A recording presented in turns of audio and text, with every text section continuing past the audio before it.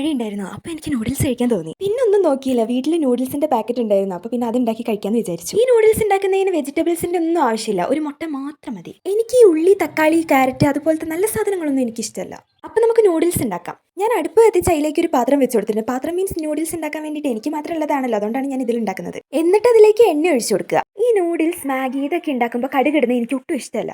അതുകൊണ്ട് തന്നെ നമ്മൾ ഇന്ന് കടുകില്ലാത്ത നൂഡിൽസ് ആണ് ഉണ്ടാക്കാൻ പോകുന്നത്. എണ്ണ ചൂടായി കഴിയുമ്പോൾ അതിലേക്ക് മുളക് പൊടി, ഉപ്പ് ഇത് രണ്ടും കൂടി ചേർത്തിട്ട് നന്നായിട്ട് ഇളക്കി കൊടുക്കുക. ഇതിന്റെ കൂടെ ഒരു കാര്യം കൂടി പറയാം, തീയൊക്കെ കുറച്ച് വെച്ചിട്ട് വേണം നമ്മൾ ഇതൊക്കെ ചെയ്യാൻ. ഞാൻ നൂഡിൽസ് ഉണ്ടാക്കുന്നത് ഇതിപ്പോൾ മൂന്നാമത്തെ വട്ടമാണ്. ഞാൻ മാഗി അങ്ങനെ ഉണ്ടാക്കാറില്ല. കാരണം മാഗി ഉണ്ടാക്കിയിട്ടുണ്ടെങ്കിൽ ഒന്നില്ലെങ്കിൽ ഉപ്പ് കൂടിപ്പോവും, അല്ലെങ്കിൽ മുളക് കൂടിപ്പോവും. ഇനി നമുക്ക് അതിലേക്ക് വെള്ളം ഒഴിച്ചു കൊടുക്കുക. അതിലേക്ക് ഞാൻ മുളക് പൊടി ഇട്ടത് എന്താണെന്ന് ചോദിച്ചിട്ടുണ്ടെങ്കിൽ കളർ കുറഞ്ഞ പോലെ എനിക്ക് തോന്നി. ഈ സമയത്താണ് നമ്മൾ ഉപ്പ് നോക്കേണ്ടത്. ഉപ്പില്ലാത്തത് കൊണ്ടാണ് ഞാൻ ഉപ്പിട്ട് കൊടുത്തത്. ഇതിന് തിളയ്ക്കാനൊന്നും വെയിറ്റ് ചെയ്യേണ്ട. നമ്മൾ ഉപ്പിട്ട് കൊടുത്തതായതുകൊണ്ട് ഒന്ന് ഇളക്കിയതിന് ശേഷം അതിലേക്ക് നൂഡിൽസ് ഇട്ട് കൊടുത്തേക്ക്. ശരിക്കും പറഞ്ഞിട്ടുണ്ടെങ്കിൽ ഞാൻ ഇവിടെ ഈസി പണിയാണ് ചെയ്യുന്നത്. ഈ നൂഡിൽസ് രണ്ടായിട്ട് ഇങ്ങനെ പൊട്ടിക്കൂല, അതുപോലെ പൊട്ടിക്കാൻ ഞാൻ മറന്നുപോയി. അതുകൊണ്ടാണ് ഈ ബുക്കത്തെ പേജ് മറിക്കുന്ന പോലെ ഞാൻ ചെയ്യേണ്ട വന്നത്.